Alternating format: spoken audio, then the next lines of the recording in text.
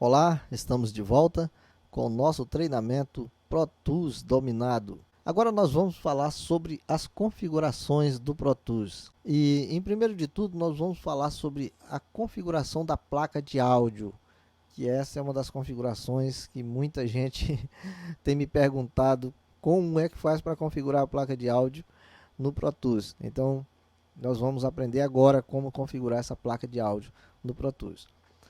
Quando você abre o Pro Tools, você tem uma seção criada. Se você não tiver nenhuma placa de áudio habilitada, deixa eu abrir um track aqui. Se você não tiver nenhuma placa de áudio habilitada, se você não tiver nenhuma placa configurada, o que vai acontecer? O Pro Tools vai abrir, mas você não vai conseguir criar nenhuma seção antes de configurar o Pro Tools. Então, para fazer essa configuração, você vai vir aqui em Setup. Aí você vai ver se sua placa está sendo reconhecida pelo Pro Tools. Se ela estiver sendo reconhecida, ela vai estar aqui em Hardware. Então, ela vai ficar aqui, ó, em Periféricos, e ela vai ficar aqui. Se não tiver, você vai ter que vir aqui e procurar onde está o drive dessa placa para você trazer ele para cá. Aí, feito isso, você dá um OK, pronto. Aí vem a parte das configurações da placa. Você vai vir aqui, ó, no Setup novamente, vem aqui em Playback Gain, você vai clicar aqui. E aqui, olha, é onde você vai habilitar a sua placa no Pro Tools. Você vai procurar a sua placa aqui, ó. A minha está aqui como dispositivo agregado porque eu estou usando uma UCA 222. E essa UCA 222, tanto o Windows quanto o Mac, ele reconhece como se fosse duas placas de áudio. Por exemplo, a entrada ele reconhece como se fosse uma placa e a saída ele reconhece como se fosse outra placa. Eu não sei porque que a Behringer fez essa doideira aí. Mas eu estou usando ela justamente para provar que o Pro Tools, mostrar que o Pro Tools trabalha com qualquer tipo de placa, sem exceção, tá bom? Então, eu coloquei aqui em dispositivo agregado, porque essa é a única forma do Mac aceitar isso aí. Depois eu vou fazer um vídeo extra mostrando como se faz isso aqui para ficar como dispositivo agregado. Isso aqui é como se fosse o ASUAL, né, usado no Windows.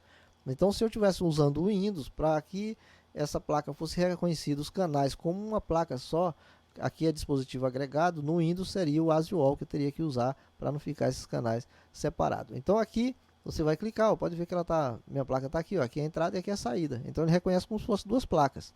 Ou eu uso um ou outro. No dispositivo agregado não, eu agrego os dois canais, as entradas e a saída, e ele vai ficar como dispositivo agregado em todos eles, tá bom? Então aqui você habilita a sua placa aqui. Feito isso, você vai dar um OK. Só que, aproveitando que eu estou nessa janela aqui, eu já vou aproveitar e já vou falar sobre a questão do buff, né? Do buff size. Aqui é onde você vai controlar a latência, né, do Pro Tools. A latência, aquele atraso. Quanto maior tiver aqui, maior é o atraso. Então, para gravar, geralmente a gente usa 256 ou 128 para gravação, que aí a latência você não vai conseguir perceber essa latência aí, tá bom? É um atraso que dá. Você fala aqui e a voz vem depois. Se ele tiver aqui em 1024 ou 512, talvez dê essa latência aí. Você vai diminuindo aqui, ela vai diminuir a latência. Bom, quando você diminui a latência, você não vai ter nenhum plugin insertado. Geralmente você não tem um plugin insertado na hora de gravar uma música, gravar uma voz, gravar os instrumentos. Você não vai ter plugins insertados. Então, não vai pesar tanto o processamento. Agora, para mixar, é aconselhável que você use o maior buff size. Por quê? Porque vai aumentar a quantidade de plugins na seção e esses plugins eles vão pesar e vai exigir mais do processamento. E quanto maior tiver aqui, vai ser menos danos para esse processamento. Então você vai processar mais rápido o seu computador e vai ficar um pouco mais aliviado com esses plugins que você vai colocar na hora de mixar o trabalho. Então, para gravar, você grava aqui mais ou menos 256. 256 geralmente já fica legal a latência. Ou 128, tá bom? É por isso que o computador ele tem que ter uma boa memória, um bom processador, para quando você for fazer essas gravações, você não ter problema de ficar travando, essas coisas assim, porque exige mais do processamento. Então, quando você diminui aqui, ele vai exigir mais do processamento. Mas como não tem muitos plugins insertados, então vai gravar de boa, vai gravar numa boa. Se o seu computador for potente, você pode inserir os plugins que ele vai rodar também legal, tá bom? Então, aqui é o buff size. Aqui são os núcleos do seu processador. Por exemplo, quais são os núcleos que ele tem. Por exemplo, se for 4, 3, 2, 1, então você vai processar conforme o núcleo do seu processador aí. Aqui é a CPU, é o limite usado pela CPU. 85% o meu está aqui e já está rodando bem. Se caso a CPU não estiver rodando legal, você pode ir aumentando aqui e ver onde é que vai ficar legal. Aqui eu marco, geralmente vem desmarcado isso aqui, eu marco, né, para ele ignorar a questão dos erros de playback, essas coisas assim, para não ficar dando erro toda hora, tá bom? Porque qualquer coisinha dá um erro, pronto, já não pode. Aqui é a parte de Delay Compensation. O que é isso aqui? Quando você habilita o Delay Compensation aqui, geralmente eu coloco no máximo aqui, para não ter problema. Já aconteceu de eu estar colocando um Melodyne no track e a voz ficar atrasada, né? Com relação aos instrumentos. Ela fica atrasada, então dá aquele atraso de delay, tipo um delay mesmo. Então o Delay Compensation ele corrige isso aí. Você coloca ele aqui no máximo e ele vai corrigir isso aí, não vai dar mais aquele problema dessa latência, desse delay, tá bom? O cache size aqui também é normal, você deixa em normal. Aqui o size também, que são os plugins Stream Buffer, também você deixa no que tiver aqui, não vai precisar mexer. Pronto, feito isso, você já configurou, você dá um OK, pronto. Você configurou a sua placa, agora nós vamos configurar para ela reconhecer aqui nos canais, porque aqui ela está reconhecendo pelo Pro Tools, mas os canais aqui ainda não vai ficar reconhecendo. O que você vai fazer? Você vai vir aqui no I/O, Setup I/O.